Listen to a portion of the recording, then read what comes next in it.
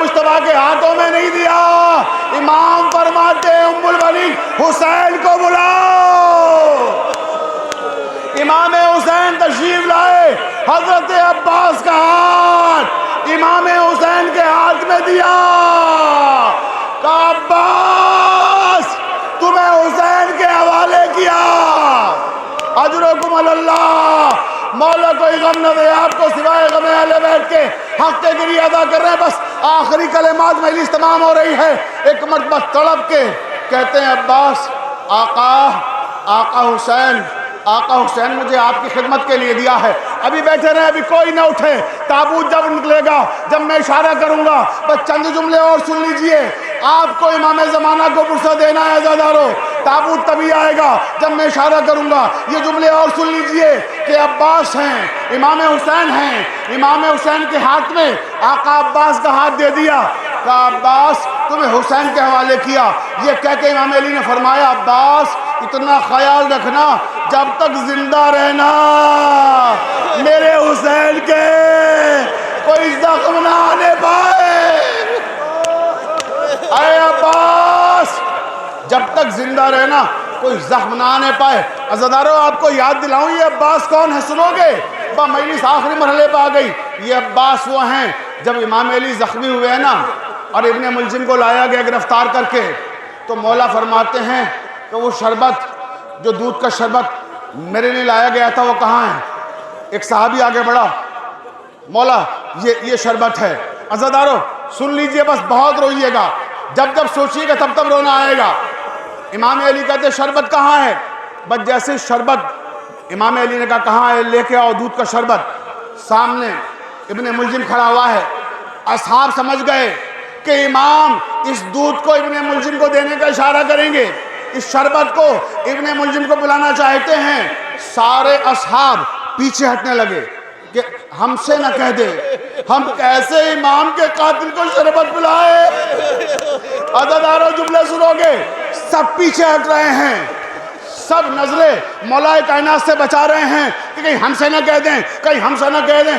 مولا کائنات نے فرمایا عباس، عزادارو سن لیا آپ نے، عباس میرے قاتل کو شربت پلاؤ۔ عزاداران مظلوم کربلا، مولا کائنات کا تابوت، مولا کا جنازہ، آؤ اے علی کے چاہنے والو، مولا کے جنازے کو کاندھا دو۔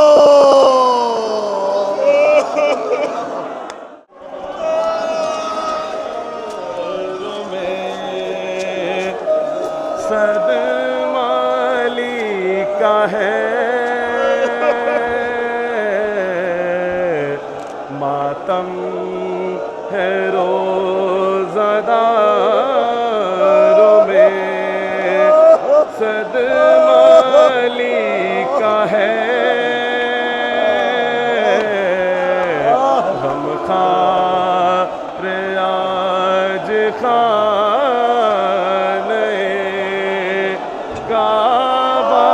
علی کا ہے، محراب خون تر ہے، مصلی لہو لہو، محراب خون تر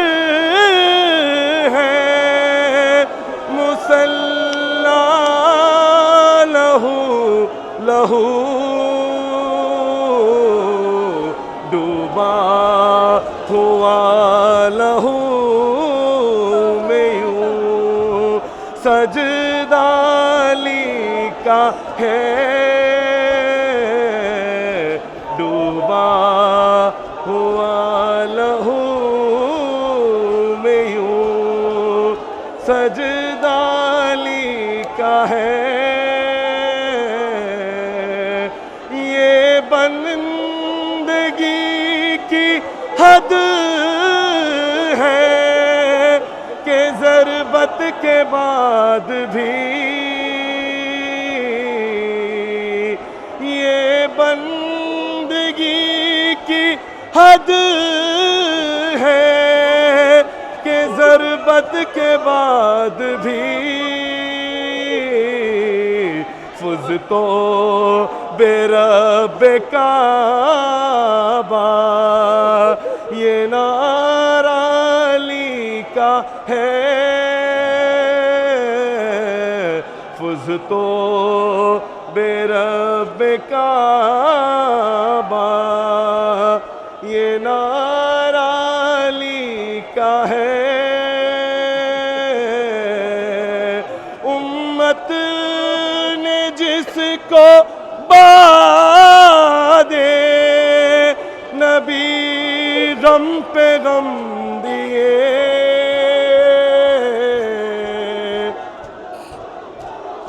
امت نے جس کو بعد نبی غم پہ غم دیے، غربت کے لب پہ آج بھی نوح علی کا ہے، اور نوح سنا رہی ہے فرشتوں کی انجمن، نوح سنا رہی ہے فرشتوں کی انجمن، غم انبیاء کے دل پہ بچھایا